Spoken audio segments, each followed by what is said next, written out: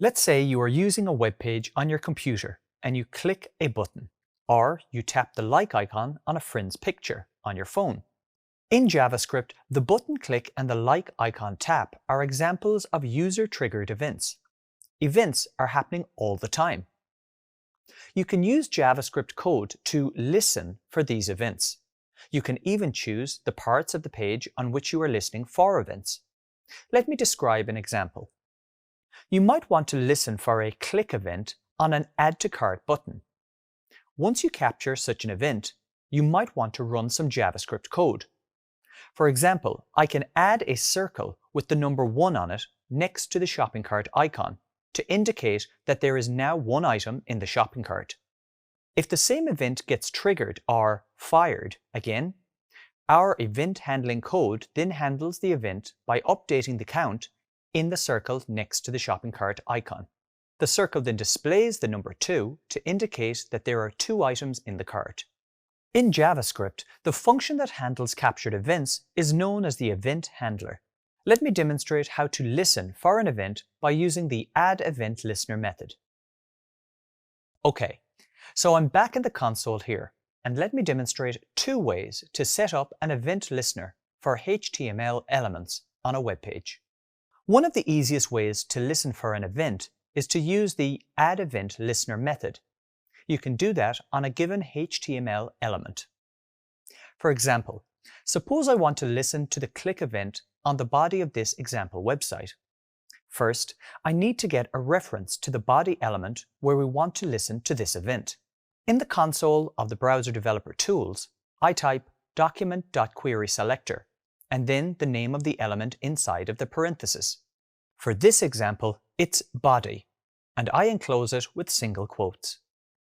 Next, I want to assign the body object to a variable, so I type const target equals to assign the body object to the target variable. I've named this variable target because it's the target of our click event. Now I can create a function that will be run when this target is clicked. So I type function handle click, and then in the function body I console log the string clicked the body. The next step is to run the addEventListener method on the target element. So I type target.addEventListener. Then, inside the parenthesis, I pass it 2 arguments. The first is the event type click as a string value, and the second is my handle click function.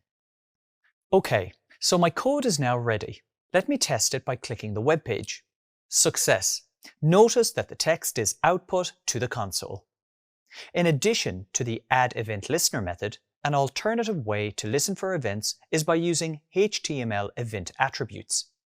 Before doing that, let me first write a second click handler function named handleClick2. Once again, I console log a string inside the function body.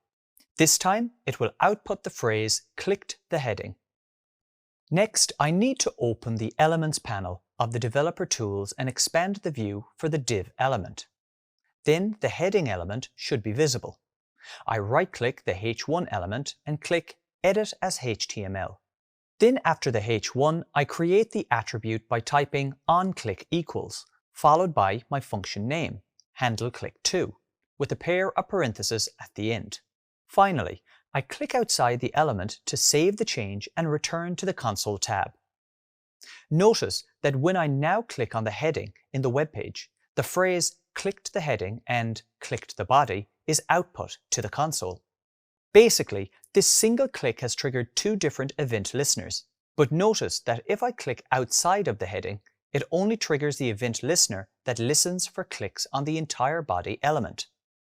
In this video, you learned how to write an event listener using the addEventListener method, as well as by writing a function directly as a HTML event attribute.